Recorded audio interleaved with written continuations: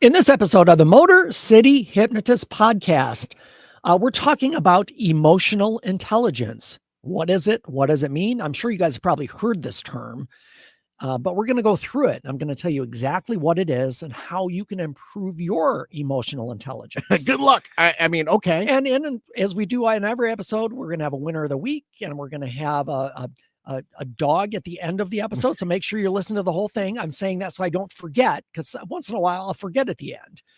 And also we're giving away free stuff. Hang in there, folks. We'll be right back. This sounds like something for the authorities in Detroit. Well, joke's on you. I'm living to 102 and then dying, like the city of Detroit. Guys like this can't take over here out of Detroit. Spawn in the hellfires of Motown. Take him to Detroit. No! No, not Detroit! No! No, please! Anything but that! No! Stationed in Drambuie. It's worse than Detroit. We did not have, as a unit, the confidence that we felt like we needed to beat Detroit. Let's go to Detroit. Now you're talking, brother. I don't think so. He plays for Detroit now. Do they have many farms in Detroit? Detroit. It's in Michigan. I go to school. I know where Detroit is. Get ready for the Motor City Hypnotist, David R. Wright, originating from the suburbs of Detroit, Michigan. He has hypnotized thousands of people from all over the United States. David R. Wright has been featured on news outlets all across the country and is the clinical director of an outpatient mental health and hypnosis clinic located just south of Detroit, where he helps people daily using the power of hypnosis.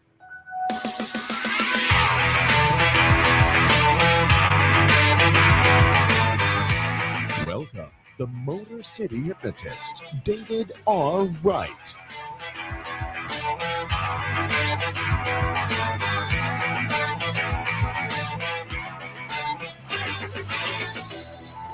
What is going on, my friends? It is David Wright, the Motor City Hypnotist. We are back with another episode of the Motor City Hypnotist podcast. You better be. That's Matt Fox, the other voice you hear. Yes, it is. We're hanging out here on Monday evening.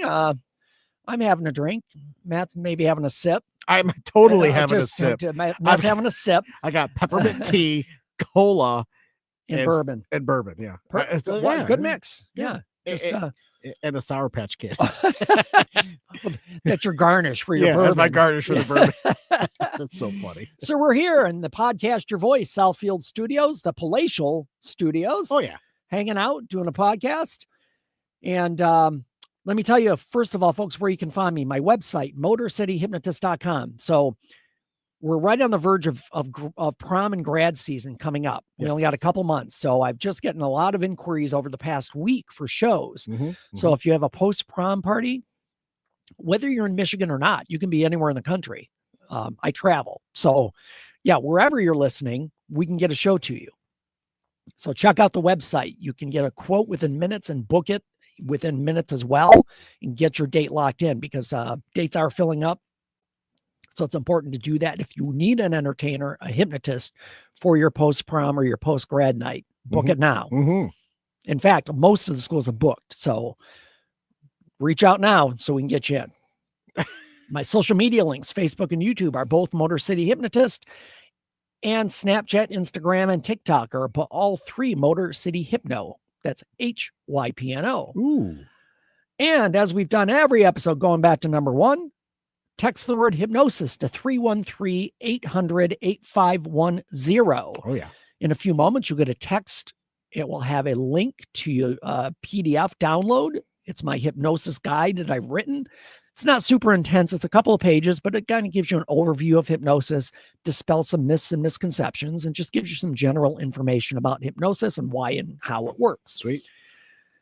And the biggest thing, wherever you're listening, whatever platform, Stitcher, Spotify, iTunes, wherever, it's important that you connect, subscribe, link, whatever it is on your platform, so you get the podcast whenever it drops. And again, the big thing is to leave a review. Also, if you text the word hypnosis to the number I gave you, 313-800-8510, what do you get? Also going to give you, in addition to getting the free hypnosis guide, it's going to give you a link to my Google page where you can also leave a review. You can review the podcast. You can review a show. You can review if you've seen me in person.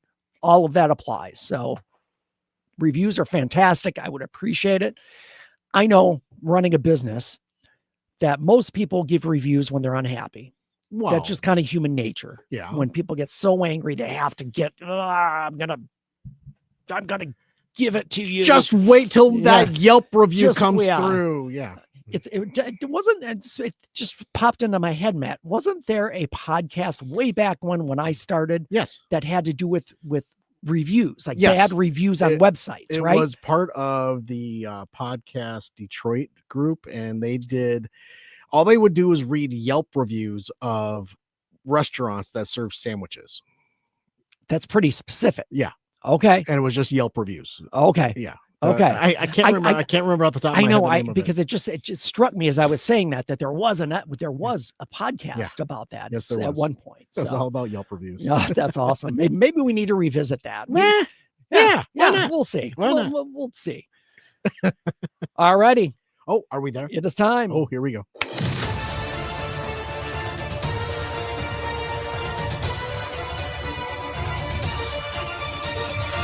That's how winning is done. Before you get to your winner, Yes. I got to tell you my winner. Of the Sure. week. Yeah. Matt, share me your winner. My winner of the week is my partner Holly, Oh, nice. because Is she listening? I don't know if she is or not, but this young lady, her and I have been playing Words with Friends, and she became my winner of the week on my way here tonight when she played a 3-letter word for 93 flipping points. Wow. Yeah, I'm getting my butt kicked in Words with Friends. Oh, no. She's my winner of the week. Nice. Fantastic. Holly, winner of the week. All We're right. there you go. I'm going to play it again just for her. No, she's kicking my butt, man. That's how winning is done. Holly. There we go. All right, I'm Good, sorry. good. No, Go that's on. awesome. The heartwarming ceremony begins when the garage door opens and a class of teenage students present a newly refurbished car with a big red bow to a single mother. Ooh. For 8 years, the presentation, delivered with a round of applause, has been repeated 4 to 5 times each year at Louisa County High School in Mineral, Virginia. Okay. The school's automotive technology students repair the donated used cars and then give them away to single moms who could use a lift. That's fun. The whole class is very rewarding, Holden Peccary, a 16-year-old student, told the Washington Post. Grease lightning, go. Sorry. But, Peccary remembers seeing a little baby in her mom's arms when one of the cars was given away and immediately recognized the dividends of all their classroom work. It gives you more of a purpose, he stated. Around 20 students are working on cars each semester in the school about an hour northwest of Richmond. Okay. The teacher, Shane Robertson, instructs kids on how to perform brake and tire repairs, change fluids, test batteries, and maintain heating and cooling systems. Interesting.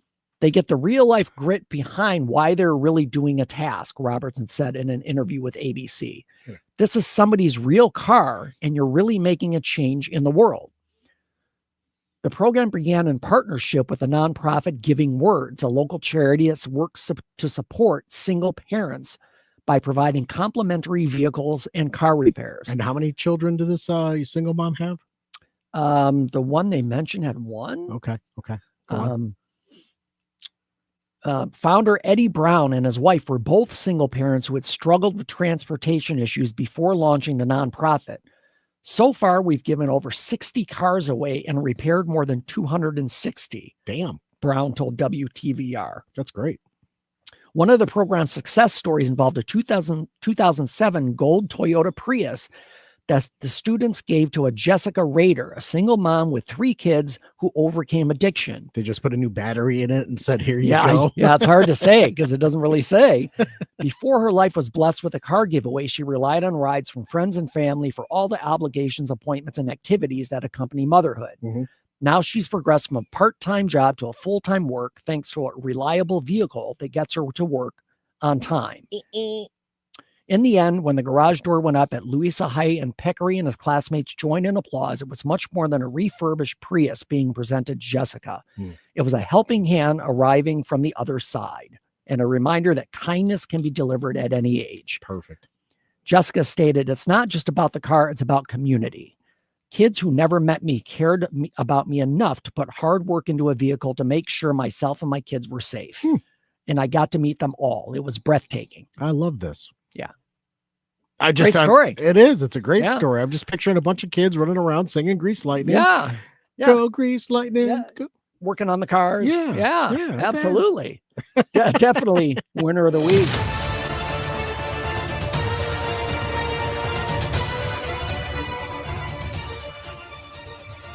That's how winning is done.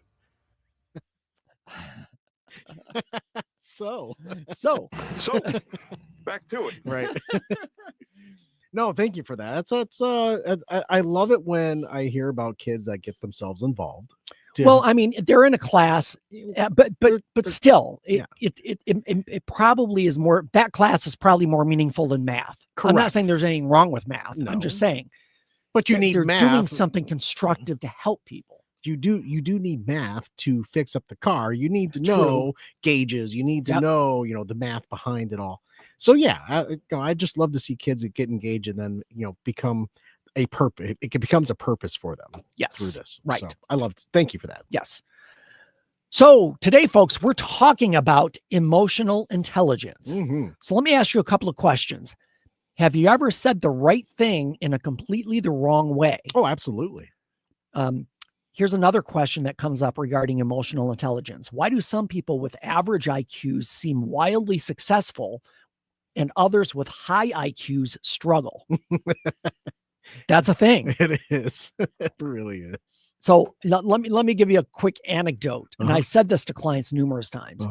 They'll come in suffering from whatever it is, PTSD or depression or anxiety, stress, relationship issues. And when I'm talking to a client, and again, they get in their own head. And again, if you've ever experienced anxiety or depression, it's not really a choice. It's just the way your mind is working. So I've always said to the clients, I'm like, listen, I said, not that that makes it better or worse, but stupid people don't have a lot of these issues because they don't know any better. Sure. And I say that in a joking way, but there's some seriousness behind it. If you're oblivious to everything, you're probably not going to be sad, depressed, or anxious. I mean, it's a fact. Yeah. So when I saw this question, I'm like, oh yeah, that makes sense. People higher IQs tend to think more. Oh, they overanalyze, which lends and typically overthinkers have. I'm not going to say always, but that lends itself to be ripe for mental health issues. They overanalyze so much. They honestly, in my thought, in my opinion, they can't get out of their own way because they overanalyze so much. So that is a part of emotional intelligence is understanding how you think and then dialing it back and taking a hot second. Yes. And then well, and we're going to get into that's when we're trying to effectively express our emotions. Yeah, there's listening skills involved. Yes, there's absolutely. There's so much absolutely. Going on here. So again, when you hear the word emotional intelligence, some of you might say, "Well, what is that?" It's fair. It's a fair question. Yep. So I'm going to just break it down to one statement. Okay. Emotional intelligence is the ability to recognize, understand, and manage emotions, yours and with other people. That is the key thing. And you might say, well, okay, that's fine. The ability to recognize, understand, and manage emotions. I mean, in a sense, some people might say, well, why does that matter? Relationships, leadership and work, mental health, communication, all of this is based in emotional intelligence. So what I'm going to hopefully share with you today is going to give you a clear understanding of emotional intelligence. Don't hope. And don't hope. No, you will. It is going to. Yeah. That's what you're going to walk away with. So clear understanding of emotional intelligence, practical tools you can use today, and a new way to think about emotions. All right. So here's the thing. Let's share a couple of things about what I'm going to shorten this because emotional intelligence is a long mouthful. Oh yeah. So I'm going to just say EI going forward, and you'll know what I'm talking about. EI, it works very, very well. So here's what EI really is and isn't. So emotions, intelligence, and EI can be learned and strengthened. So it's not something you either have or you don't have. It's something you can get better at and something you can learn. What EI is not, it's not being nice all the time. It's not suppressing emotion. It's not avoiding conflict, and it's not being overly sensitive. Because again, because again, when people hear emotional, they automatically think of the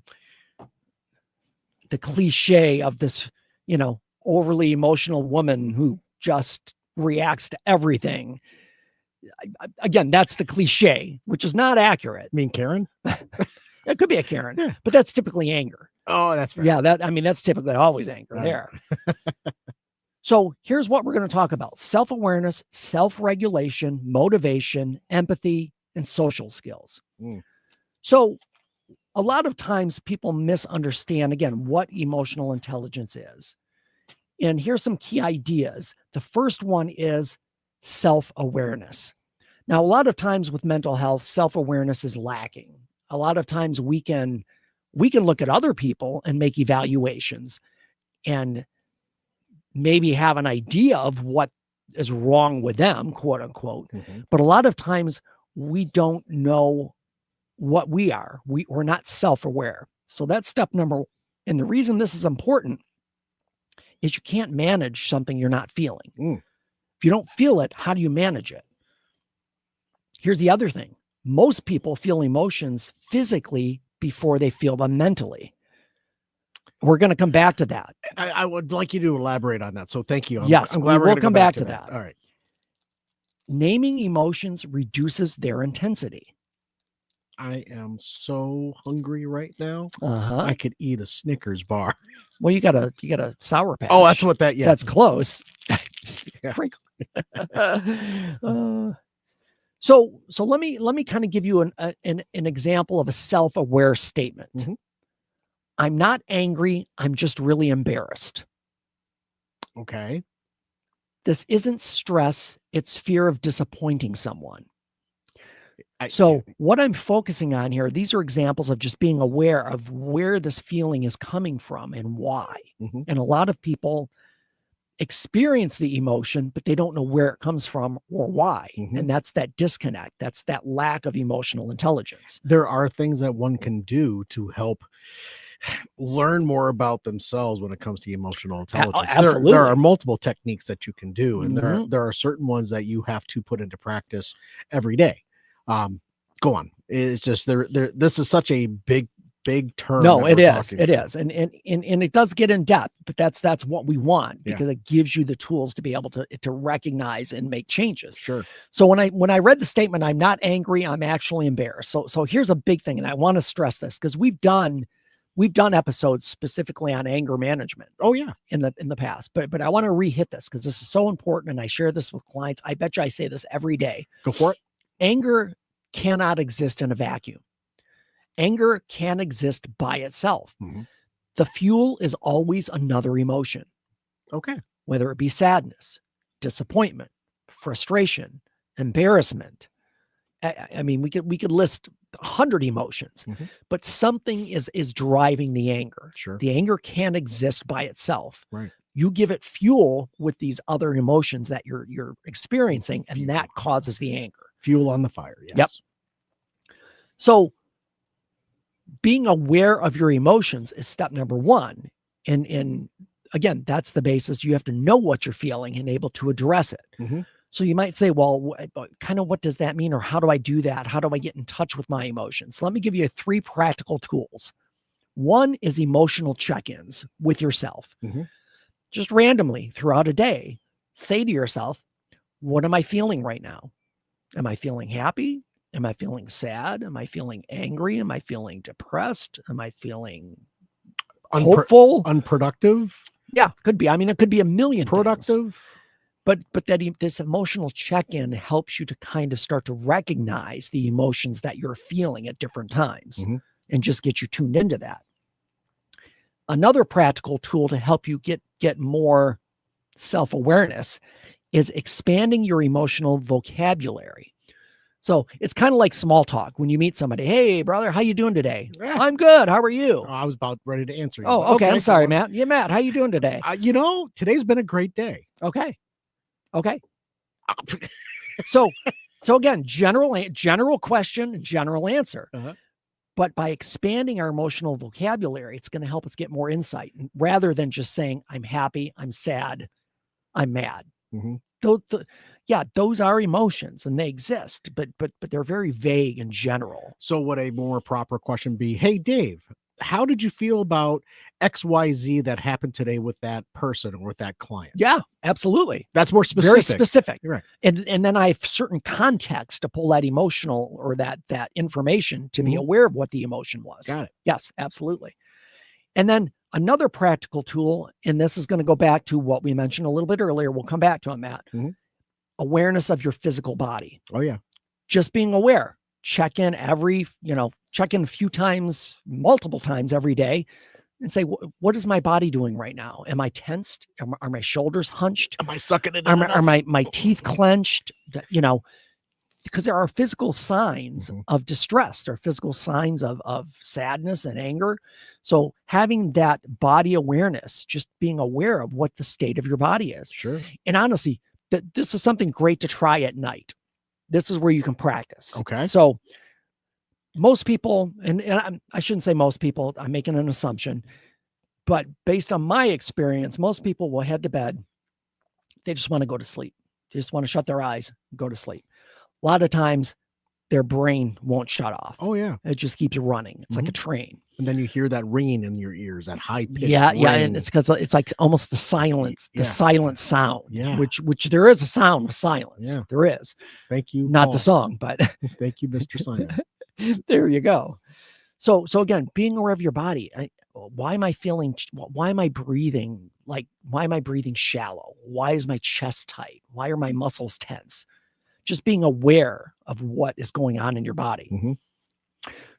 So here's a question. It's kind of a gotcha question, but I'm going to ask it. It's a rhetorical question. When was the last time you reacted before understanding what you were feeling? This morning when I woke up. I'm just saying, this happens a lot. We react to things before you really even understand what the feeling is. Why did I wake up? It's so early. Oh, that's right. I have to go to So that leads us into the area of self-regulation, responding instead of reacting. And there's a big difference. So self-regulation it helps you to change behavior because you're learning to regulate the feelings that you're having, the feelings that you're experiencing. So here's a key concept. Pausing does not mean ignoring. God, because you brought it, you kind of alluded to it, Matt, a minute ago. Take a minute, step back, gain your bearings, then go forward. It's a skill that takes practice to learn, because a lot of folks, they will start to answer the question and interrupt the person across from them before they answer the question. See, I see what I did there. My point. Yeah. the leader of our country does it all the flipping time. So, you have to understand where the other person is coming from. This is a part of emotional intelligence. Yes, absolutely. Not just what they're saying, but how they're saying it, the body language of the individual. Their arms across, they're going to be standoffish. If they're more relaxed, they're going to be having a conversation. There's to take that pause, to think about what the person said and how you are going to respond. In a leadership role, you want to look at both sides, the positive and the negative, and you focus in between. You bring it all together like a sandwich. Right.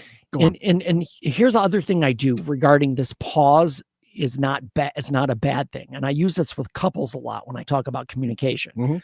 Because again, when I deal with couples, a lot of times, most of the time when they end up in my office, they're arguing, they're having conflict, they're yelling at each other. They're could get much worse. But in general, you're not connecting. You're not connecting on an emotional level or even a communicative level. So the big thing I say to people, and I kind of put rules into place. I said, okay, when you guys have conversations, there are some rules. Rule number 1 is you cannot speak until the other person says done. Okay. Don't interrupt. Don't respond. Don't react. You listen. What if they're gamers? Can you have them roll a die? I mean, maybe. Not a 20 side. Yeah. just a D&D regular one? die. No, just a regular die. Yeah. Okay. You get either a minute up to 6 minutes. Yeah. But here's the thing, that what that does is it establishes a listen and then respond reaction. So again, rule number 1 is one person talks until they say done. Then the other person gets their chance. Yeah.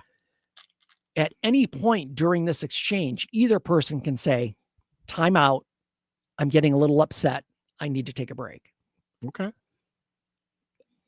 With the assumption that you will come back and finish. That's the important part. That's the kicker right there. Yes. And then the other rule that I put in place is that when you're sharing, you never use the term you. Yeah. When you're having a conversation, it's always me or I. Always. Yeah. Because, a part of me understands that. Yeah. Because you don't want to keep saying you, because it feels like you're putting all the blame on the other person. Exactly. But then if you're using I and me all the time, then it's almost like it's all about me at that point. I can get where you're going. Yes. I can. Now, if that person, I would agree with you if that was the only person that had a chance to talk. Okay. But if you're having a conversation, you're only addressing your needs, your feelings, your space. I'm just trying to, I get it. Balance Totally the equation there. Yeah. Yep. Here's another thing as far as self-regulation that you have to be aware of. Don't fight emotion. Let it out. Ride the wave. Whatever it is, the more you fight it, the more it's going to come over you. Surf's up, dude. Yeah. I mean, just go. Ride the emotion, experience it for what it is, even if it's unpleasant. Most people have experienced every emotion in the world. There probably are exceptions, but you've been angry before.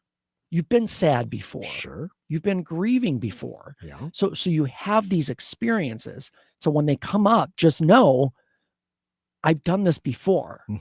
It's going to be okay. Yeah. So let me just ride it, experience it, and not fight it. Using the term happy place. All right. Everyone's got a happy place, right? Whether it's a midget if it's Brad Williams. Just going to say, Happy Gilmore. If it's Brad Williams running around a golf course on a little wooden horse, whatever. Yeah. The whole point of a happy place is to understand that it's okay. You go there and you know everything is okay. Let the emotions go, write them out, but just know that at the end of all of it, there is a special place for you to go mentally, that that you're going to be able to come back down, get off that ride, and then continue the conversation in a manner of being able to express oneself so the other person understands where you're coming from. And then again, understanding their position, because it takes so much mental acuity, for a lack of a better term. That's a good point. To really understand how you are going to work yourself through it, because then some people get stuck. Absolutely. They get stuck in one spot and they can't get off of that. And that's where that's where the depression comes in. That's where the sadness comes in. They just can't get off that bench. They get stuck in that just self-defeating cycle of feelings. Yes. And as someone with emotional intelligence, you have to be able to see that in that person so you can help them get off that bench. Absolutely. I'm sorry. This is a big, I love this topic. So when we talk about responding instead of reacting, when we react, it's typically in situations such as feeling disrespected, being ignored, criticism, loss of control.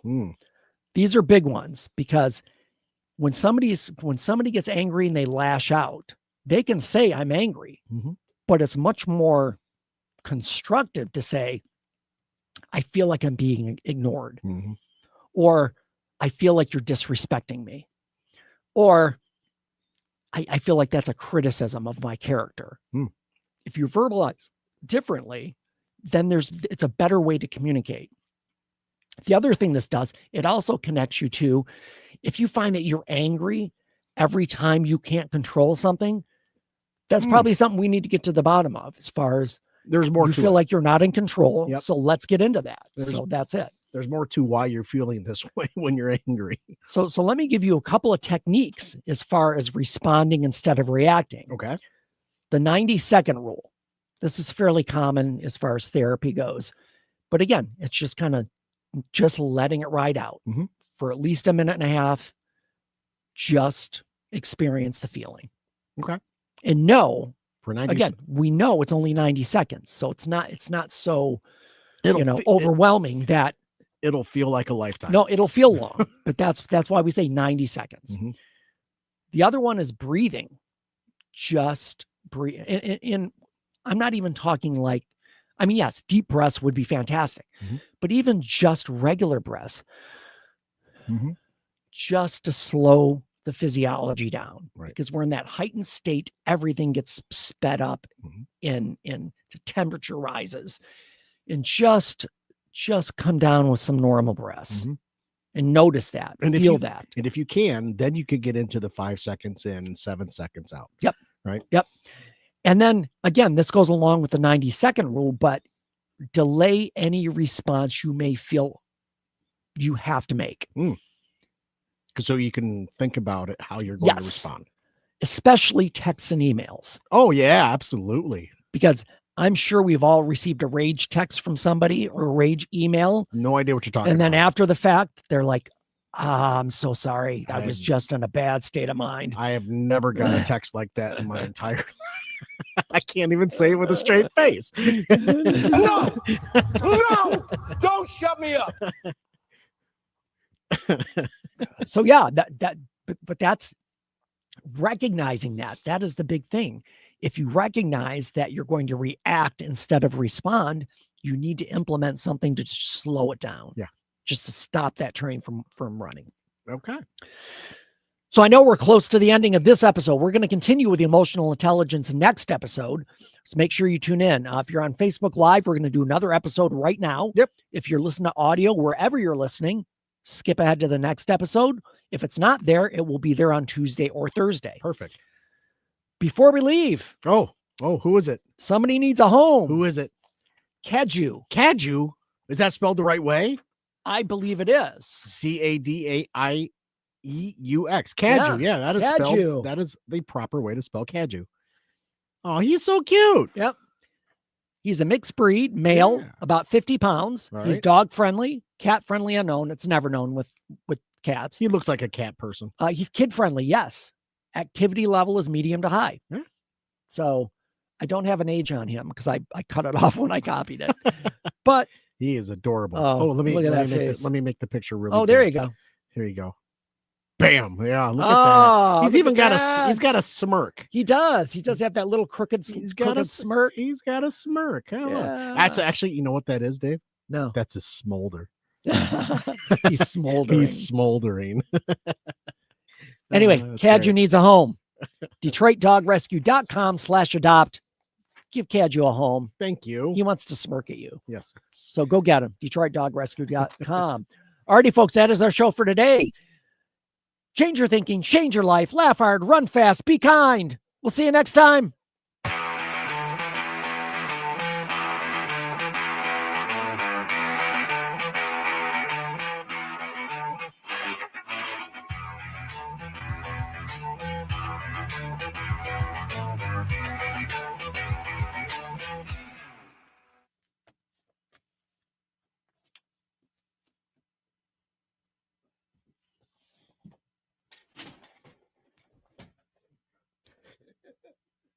You okay over there, brother? Oh yeah.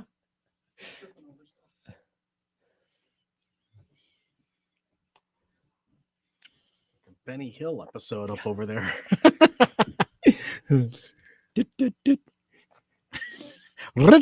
Okay, here we go. You ready? Yep. All right. This episode of the Motor City Hypnotist podcast, we are talking about emotional intelligence. This is part 2. If you've not listened to part 1, you can jump back an episode, or you can just listen after you join us here. Either way is fine. You'll get all the information you need. And as usual, we're giving away free stuff. Hang in there, folks. We'll be right back. This sounds like something for the authorities in Detroit. Well, joke's on you. I'm living to 102 and then dying, like the city of Detroit. Guys like this antique over here out of Detroit. Spawned in the hellfires of Motown. Take him to Detroit. No! No, not Detroit! No! No, please! Anything but that! No! Stationed in Drambuie is worse than Detroit. We did not have, as a unit, the confidence that we felt like we needed to beat Detroit. Let's go to Detroit. Now you're talking, brother. I don't think so. He plays for Detroit now. Do they have many farms in Detroit? Detroit. It's in Michigan. I go to school. I know where Detroit is. Get ready for the Motor City hypnotist, David R. Wright, originating from the suburbs of Detroit, Michigan. He has hypnotized thousands of people from all over the United States. David R. Wright has been featured on news outlets all across the country and is the clinical director of an outpatient mental health and hypnosis clinic located just south of Detroit, where he helps people daily using the power of hypnosis.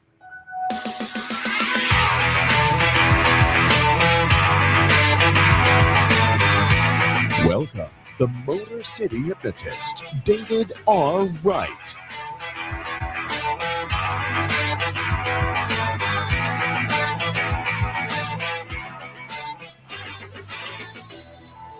What is going on, my friends? This is David Wright, the Motor City Hypnotist. We are back with another episode of the Motor City Hypnotist podcast. Yes, you are. Yes, we are. I'm just breaking That is Matt everything. Fox. He just fell over the control board over there. I don't know what went on, but The headphone cord got wrapped around my foot, Oh, and I boy. went to step away, and next thing I know, you're in the dark, and I'm like, oh, I didn't even notice the light went out. See, that's how good I am. Yeah, you got to fix quick. And I Yeah. was able to pour myself another drink. Oh, there you go. More than a sip. Oh yeah, All during the intro. Yeah. Good job, man. yeah. I'm Fantastic. I'm doing my job. That is Matt Fox, by the way. The other Hi. voice you hear. Hello. He's fallen in the studio.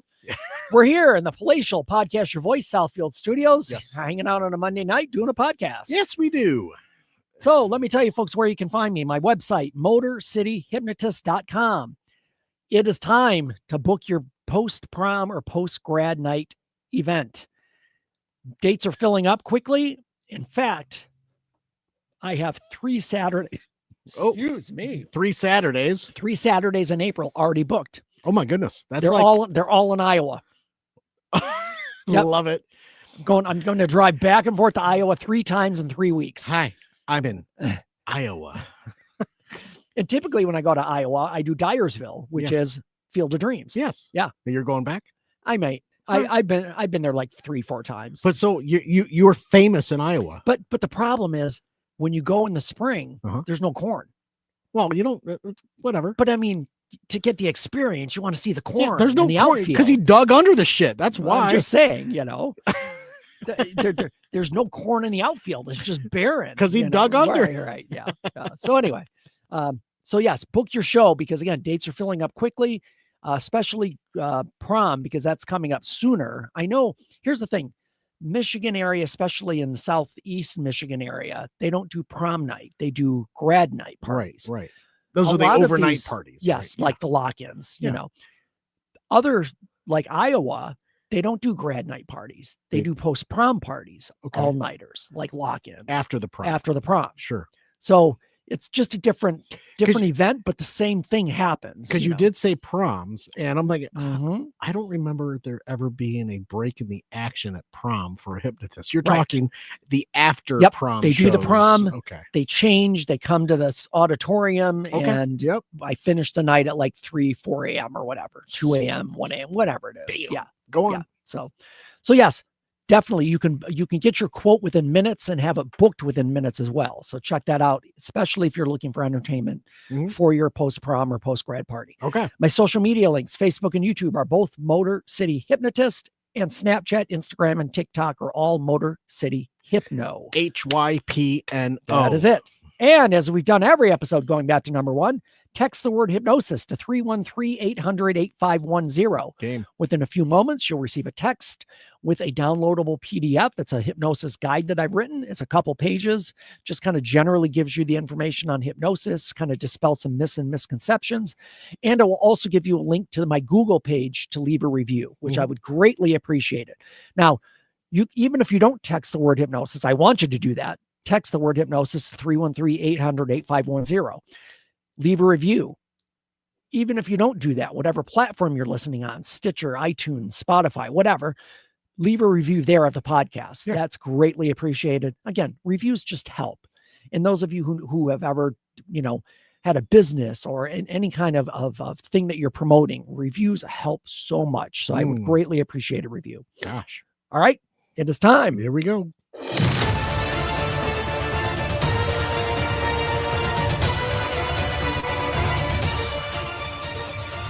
That's how winning is done. All righty. Let me see where this is. I see a kitty cat in the picture. Vermont. 4 years after losing a beloved cat named Tinsel, a stroke of fortune found her reunited with owner Maggie DeGrenia, whose cousins saw her on a local shelter's website. Tinsel disappeared in December 2021, leading to weeks of searching, posting on Facebook groups, contacting shelters, and putting up missing posters. Oh my goodness. How long did this take? Well, it was 2021. December of 2021 is when the cat went missing. And this is just a recent story? Uh-huh. Holy shnikes. Yeah. Oh, this is great. Go on. But despite all her efforts, DeGrenia eventually had to accept her beloved pet was gone. The 27-year-old Vermonter had lived with Tinsel since 2017 when she adopted her at a Lunenburg shelter 4 years later. I'm sorry, at a Lunenburg shelter. 4 years later, Tinsel accidentally got let out of DeGrenia's house and vanished. That's when she went missing. Okay. We called local shelters for weeks, searched for her by car and by foot, said DeGrenia, who admitted she eventually gave up and merely hoped her baby would find a new loving home. Well, then one day, DeGrenia received a text from her cousins saying she had seen Tinsel with her instantly recognizable mustache on a local shelter page. Holy shit.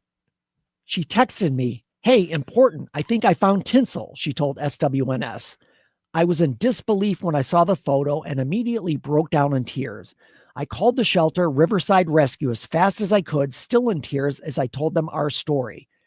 Tinsel immediately recognized me during the shelter reunion, pressing her forehead against Maggie's in a touching display of affection that she said was the most incredible feeling. Aww. According to the shelter, Tinsel had been picked up by people who looked after her until December and then surrendered her back to the shelter. Wow.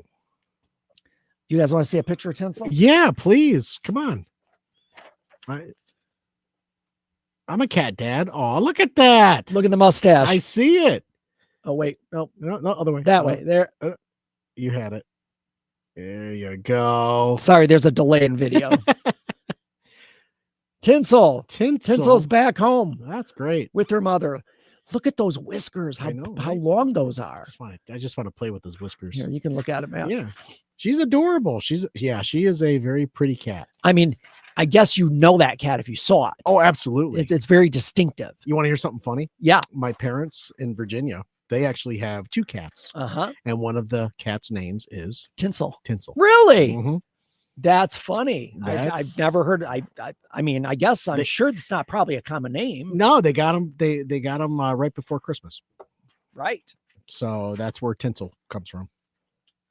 Definitely. Winner of the week. Winner of the week for sure.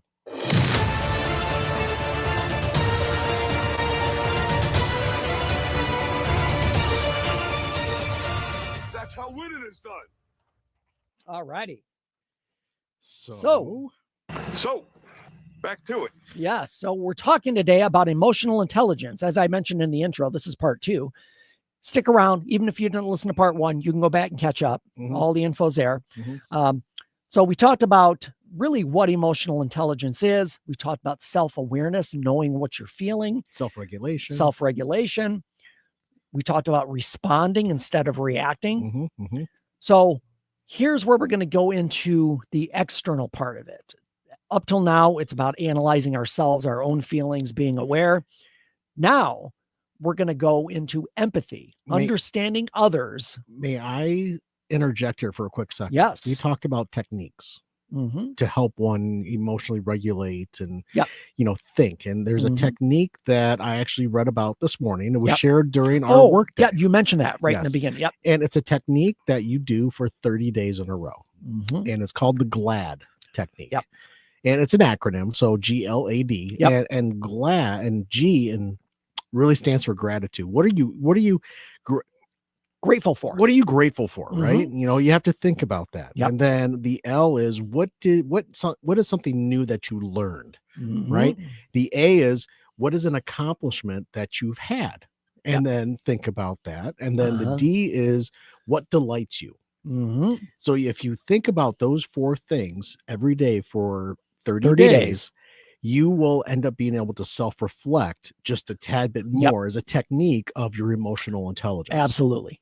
So, and that's a great one to look at. And I will put that in the show notes as well. Okay. The GLAD technique. Yes, please. Yeah, it's for sure. It's just one of those things that I saw this morning. It's so funny that you're doing emotional intelligence EI on the show today, because just not this week, not next week, the week after, I'm doing a speech about emotional intelligence. Perfect. So you are spot on with your timing. I'll just hand you my notes. You can choose them. Well, thanks for writing it, man. No, honestly, it's just, this is such an important topic, and we talk about it all the time, but putting it into practice is where it starts. Yep. So what we're going to be going over next, you said, was the empathetic part of it. Going outside of yourself with emotional intelligence. All right, go for it. And again, really the purpose of that is just kind of to shift that internal awareness to external awareness, which is part of the whole thing. To be emotionally intelligent, you have to have your own individual intelligence, but also intelligence of how to deal with other people. Yeah, you got to be Troy from Star Trek. So definitely there's some key distinctions between some terms. Yes. There's definitely some distinction between empathy and sympathy. Those are not the same things. Oh, absolutely not. Yeah. Empathy also does not mean you agree. Oh, no. You couldn't. That's the other, because people feel like if you're empathetic, you agree with the person and what they're going through, or decision they made. I understand your opinion. I don't agree with it, but I understand it. Yes. And the other one is empathy without boundaries or limits leads to burnout. Oh, yeah. Because, and I've used this analogy so many times. You can give and give and give. Eventually, you're going to run out, and then you have nothing for yourself. And that's where delegation comes into play, or even just moderation, or even again taking that time for yourself. Again, I'm full of idioms and analogies in these episodes, but it's the old saying, you know, if you lose pressure in a plane, you put your mask on first. If you don't put your mask on first, you can't help anyone else. Right. That's why you put yours on first before the children. Absolutely. Yep. So what are some practical empathy skills that you can kind of implement when you're dealing with other people? That's a really good question. I'm sure that was a rhetorical question, but it's a really good question. What can one do? Number one, this is tough, and you have to be very aware of this. Listening to understand, not to respond. That is exactly what it is. Yeah. Because most of the time when you're listening to somebody, you're already formulating your response in your head, and you're missing half of the information they're trying to give you, because you're already formulating what you want to say. And then you say it before they're done speaking. Could be, yeah. Or you respond to just half of what they said, or a portion, and they didn't understand what they were really saying. Sure. So again, listening to understand, not to respond. Reflecting emotions, even just acknowledging somebody. It's something like you could say, you know what, the way you're speaking, it feels like you felt overlooked, or you felt ignored. Yeah. It's just kind of acknowledging their emotion and knowing, I understand what you're saying. It just gives you that confirmation that somebody's listening, somebody understands. This is also very nuanced, but definitely can be done. Use curiosity instead of judgment. Help me understand. Okay. Are you being facetious? No, yeah, I'm being okay. I thought so. That's part of it. Help me understand. Yes. But being curious and not judgmental, because somebody can say something to you that you might think, ooh, but as soon as you respond like that, you've totally discounted their statement or their feeling. Almost like, oh, that's wrong. You shouldn't feel that way. Right. Or using the word but. So you use curiosity instead of judgment. So, how do we implement emotional intelligence in daily life? So a lot of people are like, yes, I understand this. I understand the need for it. I understand the importance of it. How do we implement this in our day to day? How do we fit into this? Yep. Yes. So here's EI in some key areas. Relationships is huge because a lot of times in relationships, typically, and this is what I see, one person might have very good emotional intelligence and the other person does not. And trying to mesh those two becomes very, very difficult. Oh, yeah. Because you have one person who just doesn't get it, really, when it comes down to it. So in relationships, here's some key things to kind of tap in or kind of foster that emotional intelligence. Communicating your needs clearly. Again, your needs, not your wants. Your needs. What you need. I need to wear women's underwear. Effectively managing conflict. Sorry. No! Don't shut me up! That came out of listening to you no more. that came out of left field. But That's awesome. Yeah. Boy, that escalated quickly. I mean, that really got out of hand. Come on, fast. Joey Tribbiani did it. I know, Come right? on. Absolutely. Repairing after emotional missteps. So in any relationship, you're going to have mess ups. It's just going to happen. We're human beings. We make mistakes. It's going to happen in a relationship. Yes. The best thing you can do is after these emotional missteps is to repair it. And we'll get into some very specific things a little bit later on. 2 simple words, Dave. I'm sorry. Yeah, that's sincere. I'm sorry. Sincere. Yes. I'm sorry. So Matt, this goes right into workplace. Yeah. Work and leadership. Giving feedback. Yeah. Handling stress. Yeah. Reading the room. Oh gosh, yeah. Those are all things you need in a workplace for emotional for emotional intelligence. Back in the 80s, they used to say when you're giving a speech or when you're in front of a group of people speaking or what have you, they always say, picture people in their underwear. Yeah. And that'll get you over, any fear, nervousness. your stage fright. Yeah. Honestly, you don't want to do that in this day and age. No. Because that'll just either make you throw up or you're sitting with HR. Or you just can't step out from the podium. Right. Oh, Jesus. Oh, great Odin's Raven. What was that? Police Academy? Yeah, that was what that was. What in blazes are you talking about? No, it's not important. Yeah. But that last point, that the emotional intelligence in the workplace, as a leader, you have to be able to listen. Yeah. And absolutely. You have to be able to find a common ground and understand where they're coming from, because there's always a lesson to be learned. Absolutely. Whether it be customer based, whether it be coworker based, whether it be an ethics issue, there is an area for everyone to come and be on the same page. Yep. And it might take a while to get there. Yeah.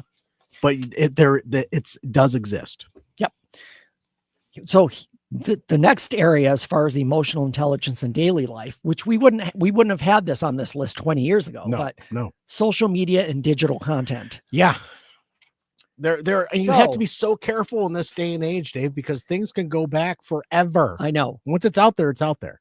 So in really, I've said this to clients numerous times, especially people with, let's call it political anxiety. Okay. Yeah. In general. There's a lot of stuff going around. Yeah. So, and I always tell clients, listen, if there's important news, if there's something you really need to know, it will get to you. So take a step back from content. A lot of times we just get wrapped up and get emotionally charged and just emotionally involved in social media content. And it affects us living our life day to day. It affects how we work. Yeah. Well, it affects how you work, how you interact with others. Exactly. Yeah. I mean, even feelings about yourself, because let's face it, there's a lot of wasted time on social media for everyone. Yeah. I include myself in that. It's not, I'm not immune to it. I get it. You know what I did this past week? What? I shut down Candy Crush. Oh, I nice. shut it down because it just I felt like it was taking way too much time. It's funny you say that, Matt, because every once in a while I'll just be like, oh, this looks like a fun game. Right. After like a couple of days, I'm like, oh no, I just need to delete it. Yeah. I just do. I I just can't. I shut it down, and I feel after just a couple of days, I'm like, Mhm. no, I don't even really need it. I don't know why I was doing it to begin with. Well, that's the whole thing. It's just a time killer. Yeah. But here's the key, and people know this. Well, you should know it. You've probably heard it. These social media platforms know exactly what they're doing. Uh-huh. These algorithms are meant to keep you there, to keep you clicking, to keep you scrolling. Psychologically, they have you in a trap. And that's exactly what they want. Advertising, information, money and engagement. That's what they're looking for. I can only imagine what my phone's going to show me after our show tonight. So go on. Right. So it's important to just take a step back from that in knowing when not to engage.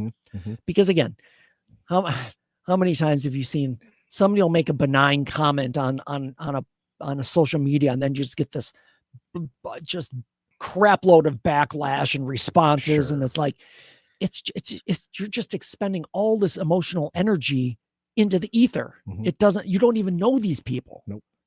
You've never met them, but you never will meet them. But the ether's getting to know you. Well, no, absolutely. Because every time you engage, it knows what is going to pull it knows what's going to get you engaged again. Sure. Yeah. So social media is a part of your emotional intelligence, knowing when to back the F off. Yep. Especially if it's affecting you negatively. And as I say to clients, listen, I understand you feel like you want to be responsible. You want to be informed. That's admirable. I get that. That's great. But there is a spot where you can go too far with it and you just get too enmeshed, and then that affects your day to day. Yeah. And that's the problem. So how do we build emotional intelligence over time? Because EI is not just something you achieve and you're like, oh, I've arrived. Here it is. It's either natured because you based on how you grew up, it's either part of your nature and your genetics or what have you, or it's nurtured. Yep. It's either natured or nurtured, because to learn it, to get good at it, to become an expert in your own emotional intelligence, and then being able to see someone else's emotional intelligence and be empathetic to it, that takes time to develop. And that's the nurturing part of it. Yes, absolutely. Either way, it's still something that you have to put into practice. Yes. Whether it's something you have to work at. Whether you grew up with it and it's a part of your genetics, or if there's something, a skill that you had to learn. It's like any other mental health issues. EI is it's a lifelong practice. You always want to be working on it. And here's the thing. Progress is key. How do I say this? Progress is much more important than perfection, because you're never going to get perfection. No. As long as you're progressing, that's what you need to look at. And here's the other thing that you have to kind of give yourself some credit for. Being aware is progress. It's already growth. So when we talked earlier, I think in episode 1 for this, being aware of your emotional state and your emotional intelligence. So let me give you some daily practices, something you can do every day to help grow your emotional intelligence. And there's a great resource that I'm going to mention after that. Perfect. Yep. Perfect. Number one emotional check-in per day. Okay.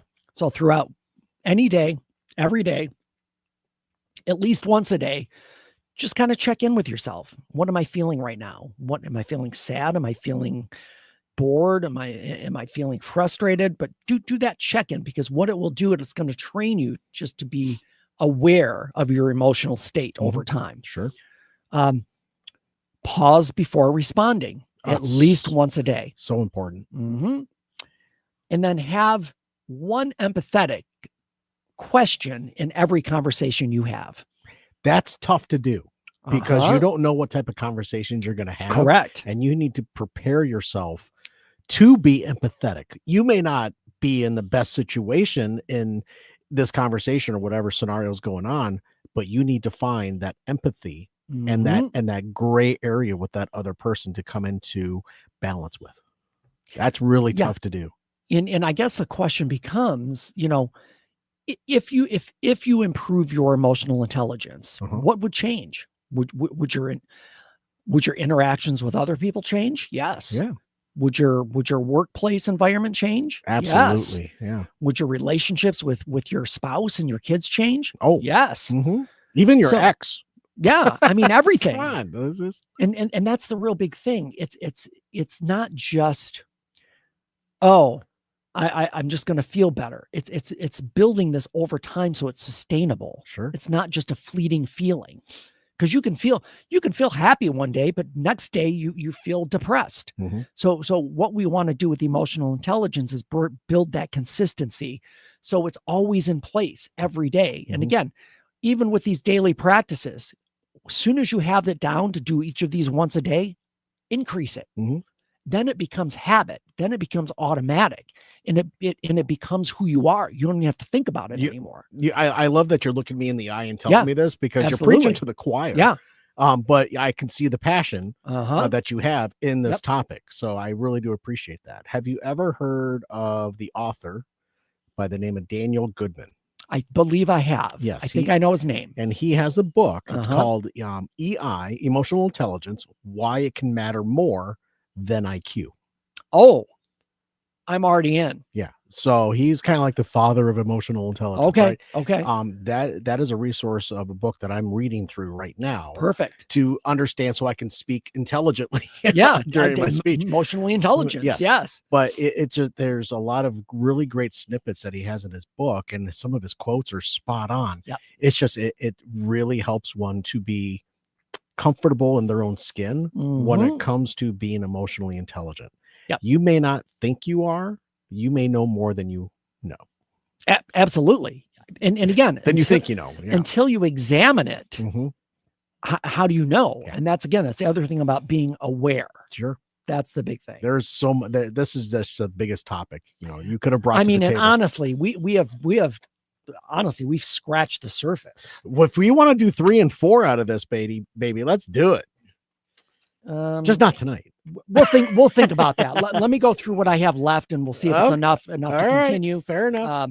A lot of it might just be, repeat. Go on. Or whatever. Go for it. But for now, that is our show. So again, I want you to put these daily practices in place. 1 emotional check-in per day, pause before responding. Love it.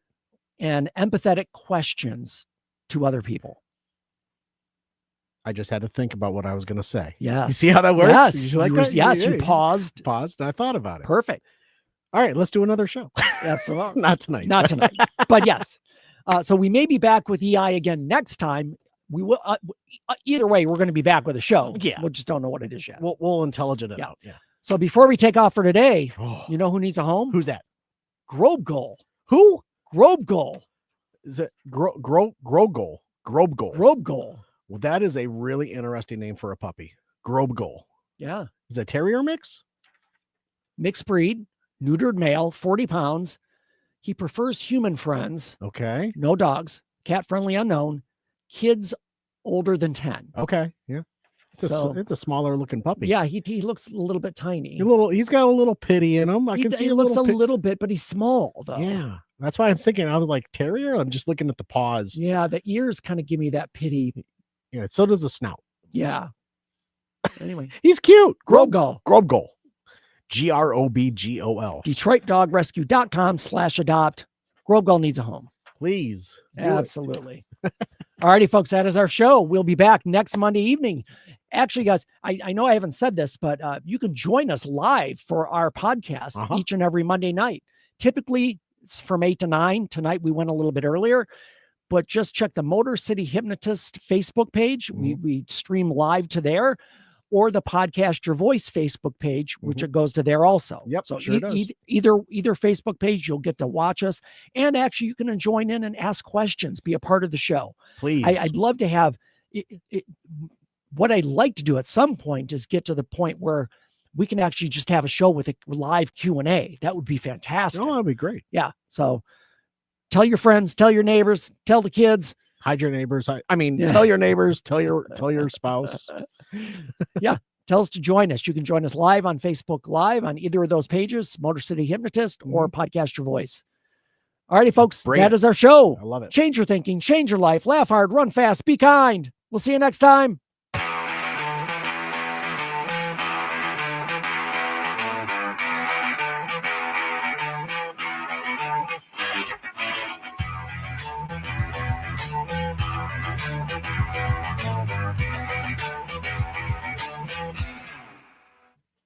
Are people here? Oh, are they going on after us? Are we out, Matt? Can I unplug? Oh, shoot. Hold on. Just making sure.